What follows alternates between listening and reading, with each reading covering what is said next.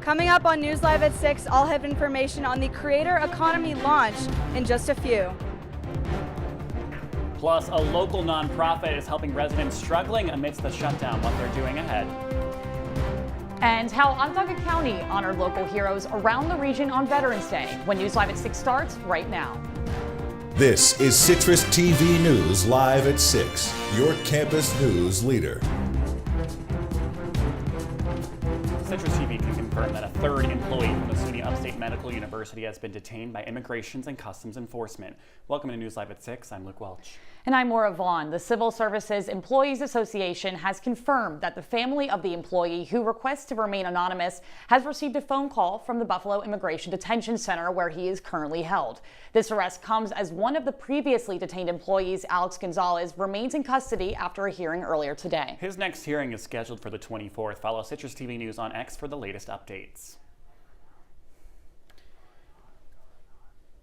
The university recently announced that the Center for Creator Economy, a joint program between the Newhouse and Whitman schools to promote student content creation as a professional path. And tonight they are hosting the official launch, and that's where we find our Zara Suvanto. Zara, what's the energy like over there?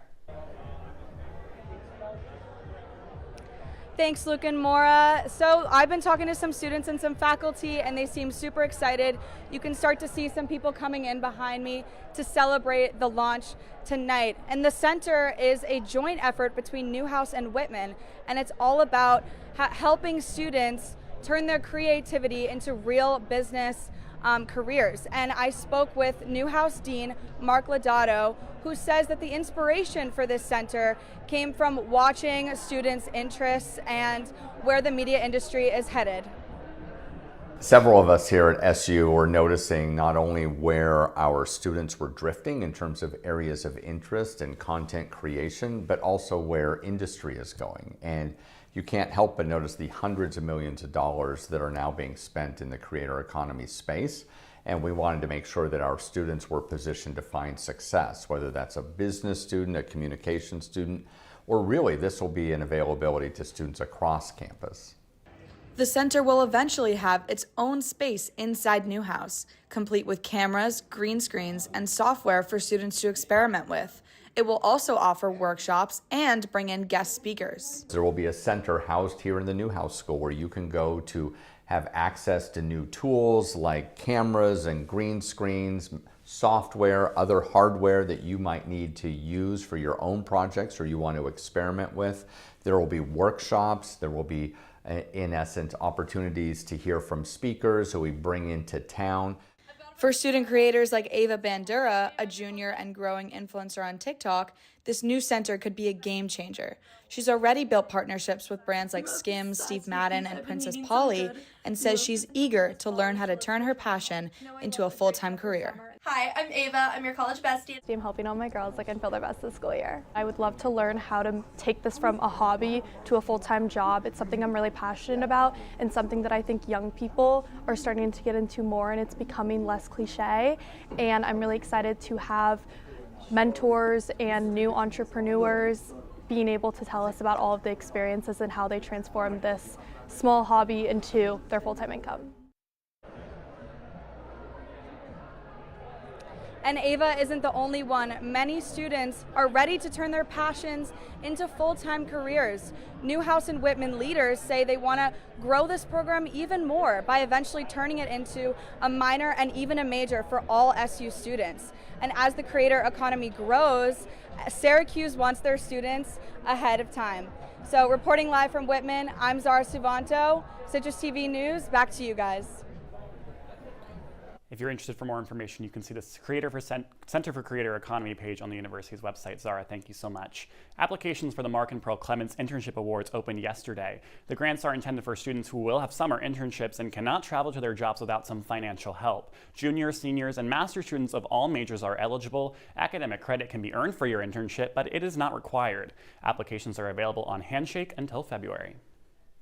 Well, this is perfect timing for the weather that we're seeing, but skiers and snowboarders might get an earlier start this season. Creek Peak Mountain Resort announced yesterday that they had started snowmaking on their slopes a full 10 days before last year's start. While no official opening day has been announced, guests can expect some upgrades to the mountain as well. New pipes and machines for snowmaking are being installed on most trails, plus new lights on select trails for night skiers. The mountain is also buying $150,000 of new equipment for rentals, plus some safety upgrades. Well, they're not going to need much help on those slopes as we've been having snow coming down all Monday and Tuesday. I wasn't expecting it this early into November. I didn't even bring my snow boots yet. I've been home for Thanksgiving break. I was wearing my sneakers and I was like, oh man, I was not prepared for the snow this year. I was out in Crocs yesterday, but our Alexa is live outside on the Citrus TV weather deck. Alexa, are those flurries still coming down or are we clear for now? Thank you, Luke and Moira. We are definitely experiencing some November weather here in Syracuse. Like I said last week, you never know what you're going to get within the first few weeks, but we experienced our first snow just a few days ago, which is a little bit earlier than we had last year, but right now it is currently raining, although it's not turning into snow because it is currently 41 degrees out. Although tonight temperatures are expected to drop only about 1 degree to about 40 degrees, but winds are going to be picking up about 10 to 15 miles an hour, so it is going to be pretty chilly, so make sure you wear that jacket. Don't just pack it with you, wear it, because it is going to be very cold. But that's all I have for now. Luke and Moira, back to you guys. Alexa, thank you. And Mayor Ben Welch is launching a new search tool for city-owned properties. The tool is available now and plans to help residents easily find city-owned vacant land available for purchase. The land is available for either redevelopment or for private use. Applications are required to buy the vacant land. Applications should include details on how the property will be used and how the property will be maintained. Are you in need of a new couch or maybe a chair? Because the popular furniture chain IKEA is putting its final touches on their new Syracuse location. The Swedish retailer has set an opening date of November 21st for their Destiny USA expansion, located in the former At Home store. Eager customers can line up beginning at 7 a.m. before doors open at 9:45 a.m. The location is marketed as a mini IKEA featuring a full showroom, but a smaller restaurant and no warehouse. Customers are still available to order any products they see for in-store pickup or home delivery. Across the nation, heroes of our country were honored yesterday for Veterans Day. Onondaga County gathered to remember the sacrifice of thousands of New York veterans. I was there and learned one veteran story that spans generations. When the bells of freedom first rang out, we were there. A day to honor the sacrifice of those who have served in the armed forces. Whenever and wherever America called, we were there. The Onondaga County Veteran War Memorial Hall this morning was filled with pride for the courage thousands of veterans in Syracuse showed. I was U.S. Navy. I was on the USS Belknap. There was the 6th Fleet flagship stationed in the Mediterranean. Onondaga County legislator Charles Garland, a lifelong Syracuse resident and Navy veteran, says the time he served on the Mediterranean will never leave him. Well, it's like a Charles Dickens novel. It was the best of times, it was the worst of times. For Garland, the call to serve runs through generations. His father and now son putting on the uniform to defend the country. His own calling to the armed forces starting at a young age. We were in elementary school. They would dress us up in little red, white, and blue outfits. They give us flags. We learned every patriotic song. An emotional 30 seconds of silence was given to veterans who gave their lives to protecting ours.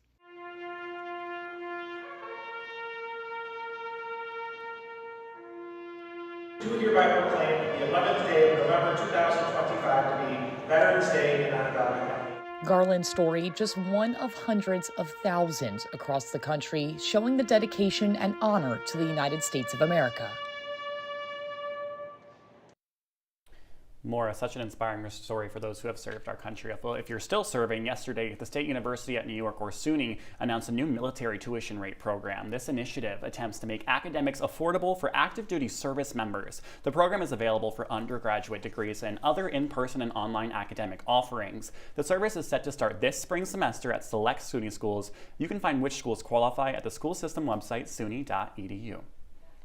And sticking with the State University school system, Governor Kathy Hochul has announced over $500,000 for SUNY Community College food pantries as a form of assistance.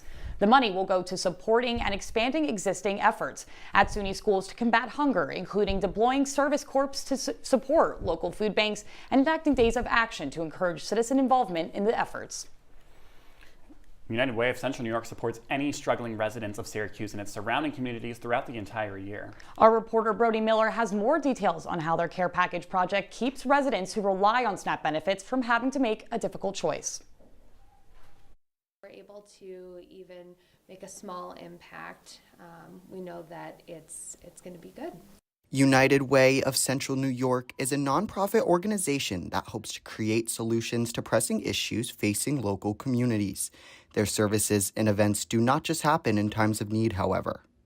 This drive has been going on for well over a decade, and I think it came out of the idea that there is so much need in the community, and we're constantly hearing from our agency partners that people are in need of these items, so the need will never be fulfilled. But with the recent government shutdown, some residents who rely on SNAP benefits have had to make some difficult choices due to the fact benefits do not cover hygiene products. Always a tough choice for people to make, and given everything that's going on right now, we have seen an increase in the need for these items because if people are conserving their money and it needs to go to food or hygiene items, they're going to pick food. And that's where Unite New York steps in. These care packages full of soap, deodorant, and other products help residents stay clean during a time of need. If you go to a local Wegmans store, you'll see a bin at the front near customer service that says contribute here. So you can donate there. You can also drop off items at our office at 980 James Street, or we also have an Amazon wish list. You can purchase items and they're shipped directly to us. For CitrusTV News, I'm Brody Miller. Thank you. And a Syracuse City School District vice principal could be facing termination after being caught drinking with a student. Jamie Garcia Perez was caught texting a 15-year-old female and meeting up with her after a local football game before providing her alcohol. Garcia Perez was charged with 2 child endangerment related charges, and his school board hearing is set for December 10th. He is currently on paid leave. Still ahead on News Live at 6, the government shutdown continues as the longest in U.S. history. Our Drew Matiasik breaks down what you need to know about the bill that could end it all. Plus, if you're planning on paying in cash, it may be harder to get exact change. The details when your campus news leader returns.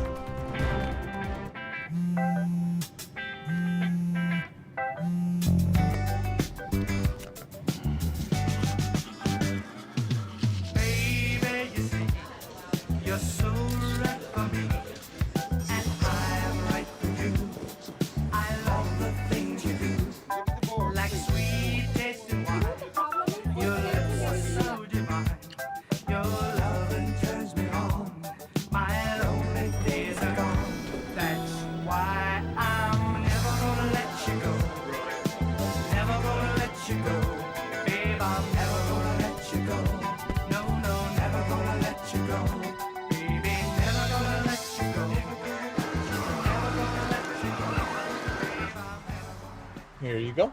Thank you. Thank you.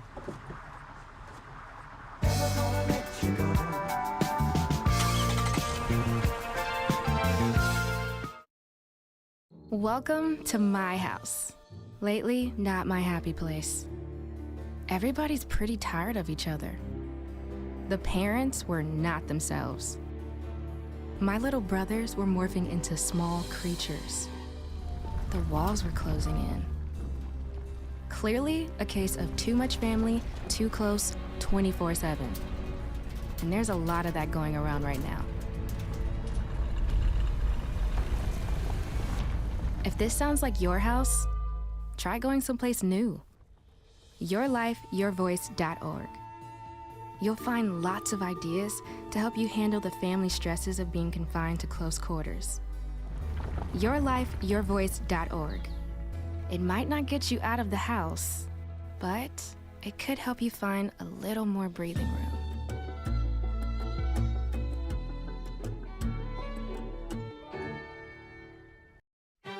You're watching Citrus TV News Live at 6 with Luke Welch, Moira Vaughan, and Alexa Korrie. And now, your campus news leader continues. Welcome back to News Live at 6. As the longest government shutdown in U.S. history continues, a conclusion could be on the horizon as a bill passed by the Senate heads to the House. That vote that would end the shutdown started at 5 p.m. Our Drew Matiasik joins us in studio. Drew, what's next for this bill? Thanks, guys. That's right. The House has a pretty busy day today, starting off just a few hours ago with Adelita Grijalva being sworn in as the Congresswoman for Arizona's 7th Congressional District, ending a weeks-long stalemate where House Speaker Mike Johnson refused to swear her in until the House went back into session with the shutdown ending. What is also interesting about Grijalva's inauguration is that she is now the 218th signature on the discharge petition to release the Epstein files in the House. She just signed it a few hours ago, some of which were already released by the House Oversight Dems this morning. Now, regardless of Grijalva adding an extra Democrat to the House roster, Republicans still have a simple majority, and the continuing resolution is expected to pass when it hits the House floor later tonight, with House Minority Leader Hakeem Jeffries saying that Democrats in the Senate that voted for this CR have some explaining to do. About those individuals, and they're going to have to explain themselves to their constituents and to the American people. Tax credits. But the fight is getting ready to shift back to the House, where we're going to work hard, hold the Republicans accountable. All of these loudmouths on the House Republican conference side who's been saying for the last several weeks that we have to extend the Affordable Care Act tax credits. Now is their chance. Now, when will things start to get back to normal for federal employees? Well, almost immediately will they be able to return to work, meaning less delays with flights as the days go on, especially in time for the holidays, which I know many people were worried about, including the Transportation Secretary. Within the next few days, all federal employees who were furloughed should expect to receive their back pay, with their traffic controllers receiving around 70% of their back pay within the next day or two if the shutdown ends tonight, according to Transportation Secretary Sean Duffy. Everything else should open up, if not immediately, then within the next few days, which includes national parks and museums. This continuing resolution does not include the ACA tax credits, kicking that down the road to December, and only partially funds the government, giving them time to debate appropriations bills until January 30th. That's all I have. Luke and Moira, back to you. Drew, thank you. Well, as the fate of the government is in the hands of the Republican House majority, House Democrats are releasing several emails from Jeffrey Epstein that reveal President Donald Trump, quote, spent hours with a victim of the billionaire sex trafficking scandal. The House Oversight Committee released 3 messages spanning 15 years that revealed Trump, quote, knew about the girls. This now raises questions in Trump's knowledge of Epstein's efforts to exploit children. The White House responded, saying that Democrats had selectively released these messages to create a false narrative of the president and that he was not involved with the victims referenced in the emails. Trump has not been convicted of any criminal activity in relation to Epstein. Today is the final day of penny production in the U.S. The last pennies were produced at the Mint in Philadelphia, where the country's smallest coins have been made since 1793. President Trump ordered the end of penny production because costs climbed to almost 4 cents per penny, though retailers across the country have voiced concerns getting closer to the end of production. They say that the phase-out was abrupt and came with a lack of guidance from the federal government about how to handle transactions. Billions of pennies still remain in circulation. I'll have your 5-day weather forecast and more after the break. Stick with us. I see you mobbing over her. Let's go. Let's mob. Let's crawl. Let's crawl. Let's crawl. Hey, yo, we mobbing. Come on, girl. Let's crawl. Hey, yo, let's crawl. Hey, yo, let's crawl. Hey, let's crawl. Hey, yo, let's crawl.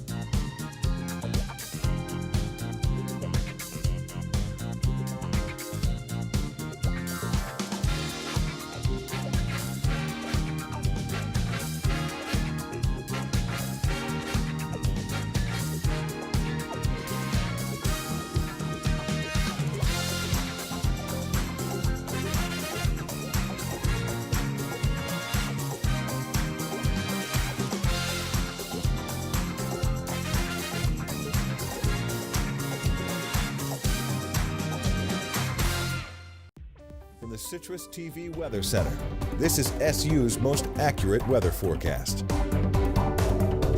Welcome back. Taking a look at your 5-day weather forecast. It doesn't look as bad as it did last week. So taking a look tomorrow, we're expecting some rain and some high winds, and Friday's going to clear up a little bit, but still keeping those high winds, but dropping down to 27 at night. It's going to be pretty chilly. And then Saturday is going to be mostly cloudy, but looking around the nation, it doesn't look like any place is getting snow right now, so that's kind of nice. But I know that we had our first snow last week, like I said earlier, so I was wondering if we kind of maybe set any records or anything like that. But so here is the earliest time Syracuse has experienced snow was October 2nd, 1974, which I would be miserable, honestly, if it started snowing in October every year here. But the latest that it started to snowfall in Syracuse was actually December 11th, 1998, which that would be really nice. You know, we're starting to go home for break and then it starts to snow when we're not here, which I wish that was the case, but unfortunately it started a little bit earlier, where last year it started actually on the 22nd. But that's all I have for right now. Luke and Moira, back to you guys.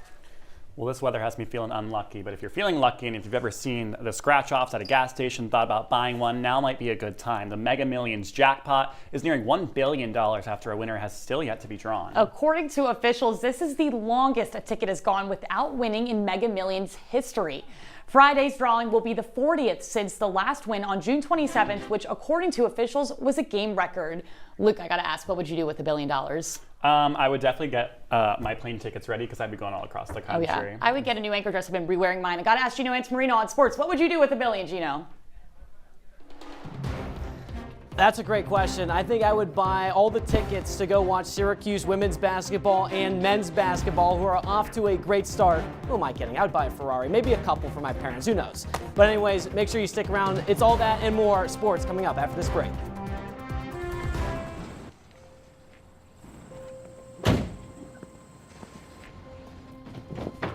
Dad, they took over my bedroom. Come on, come on. Okay, Dad. 1, 2, 3. Dad!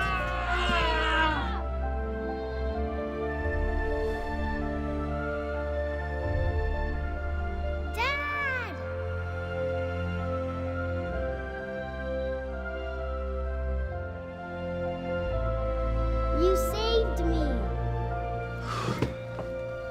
Dad? Are you okay? I'm fine, dear.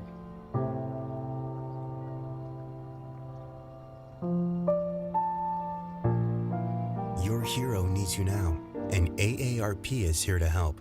Find the care guides you need at aarp.org/caregiving.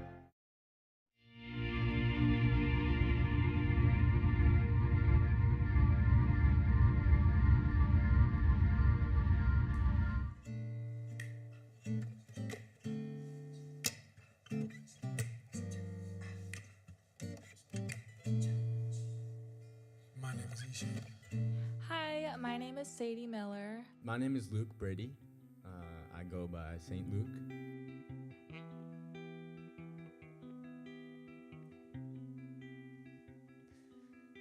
So this one I started with this guitar lick.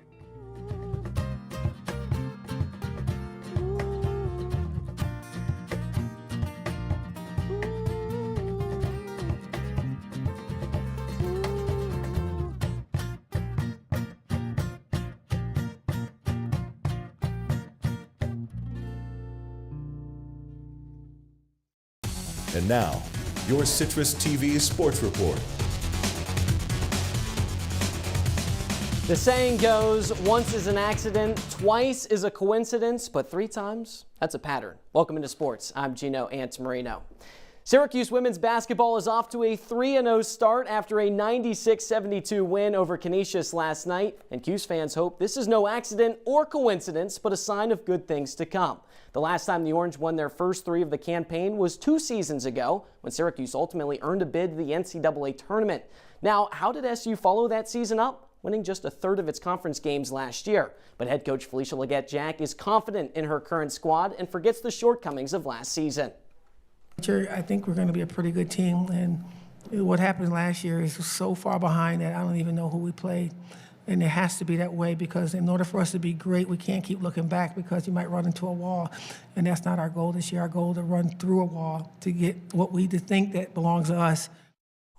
Oh my gosh, I was tempted to run through a wall right in these studios, but I heard from Emma Poper, our executive producer. She told me not to do that or else I would face some serious legal trouble. But maybe that would be the next headline on tomorrow's News Live at 6. Speaking of headlines and walls, Syracuse men's basketball is catching some attention because of their wall-like defense. See what I did there?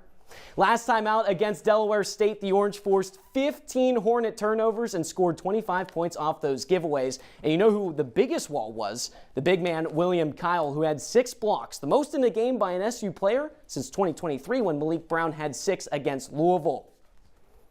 I know we're in the conference, or we're not in the conference slate just yet, and it's still a small sample size, but definitely some positive signs. The Orange have allowed the fewest points per game in the country. Also, look at those block and steal numbers. Syracuse has another chance to lock down on Saturday when it hits the road to take on Drexel for a 3:30 tip. While it may be the start of the season for hoops, it's the postseason for 6-seeded Syracuse men's soccer, who has a date with 7-seeded SMU tomorrow in the ACC tournament semifinals. The Orange already beat the Mustangs earlier in the year when SMU was ranked 25th in the country. An upset win at the time, but with Syracuse as the higher seed, it wants to make sure there's no upset this time around. The match tomorrow kicks off at 8 p.m. from Cary, North Carolina, with the NCAA Tournament Selection Show on Saturday to see if the Orange go dancing. Luke and Moira, back to you guys. Gino, thanks so much. When we come back, we'll have one last look at your wake-up weather.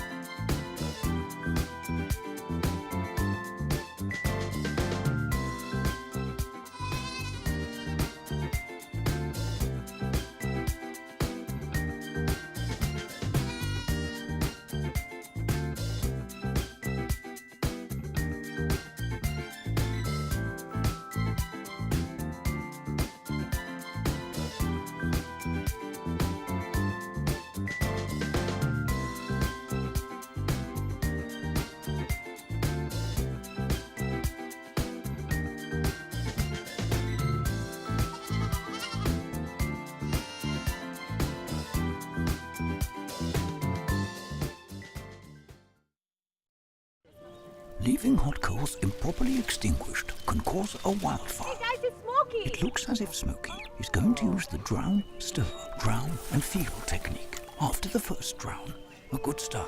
Next, another drink. And finally, a close feel. Is it cool? Okay. Yeah. Hey, Smokey, catch! Oh, my bad, Smokey. Only you can prevent wildfires. And now for the weather when you wake up tomorrow morning. It's going to be about 38 degrees and rainy, but that's not the worst of it. We're expecting some high winds, about 10 to 15 mile an hour winds again, so you're going to want to make sure you're wearing that jacket to class. I'm not sure how much an umbrella will help you. It might blow away, you never know, or break, but that's all I have for now. Make sure to bundle up. But Luke and Moira, back to you guys. Alexa, thank you. And this is something that should get everyone's attention. Pretty exciting. This Saturday, DanceWorks is presenting their first ever DanceWorks with the Stars show. Our very own anchor, news director Luke Welch, and associate producer Sophia McVeigh are representing CitrusTV in this composition. You two, how are we feeling? How is this partnership going leading up to this moment? I think we're both super excited to show off our moves. You can see a few of them. Oh, look at back that! There, look at that! Okay. Yeah, we've had a really strong partnership, obviously through Citrus, and now into this DanceWorks competition. It's all just very positive. Yeah, I've had so much fun teaching Luke how to dance. Usually Luke is the one bossing me around, but now I get to boss Luke around. So it's so much fun. And he's honestly been a very good dance partner. Yeah. I was about to ask, how is the progression of Luke's skills been? I mean, I see him dancing all the time, before show, after show, but when it comes to performances, how's it looking? I mean, I have to admit, at first he was a little stiff, but he got used to the movement. We were doing a little like disco points. Yeah. It's a disco dance. Yeah. I was going to ask, we need a little preview for the viewers. She's a great choreographer. So we do a little like this. Ooh, okay. Yeah. You saw that? I know you saw that. We and got she's it. an amazing We all have to show. choreographer. We have to do a big group trip for it, I feel like. Just show up and Show out to the Shine Underground from 1 to 3 p.m. at the Shine Underground. Well, that's Citrus TV News Live at 6 for this Wednesday.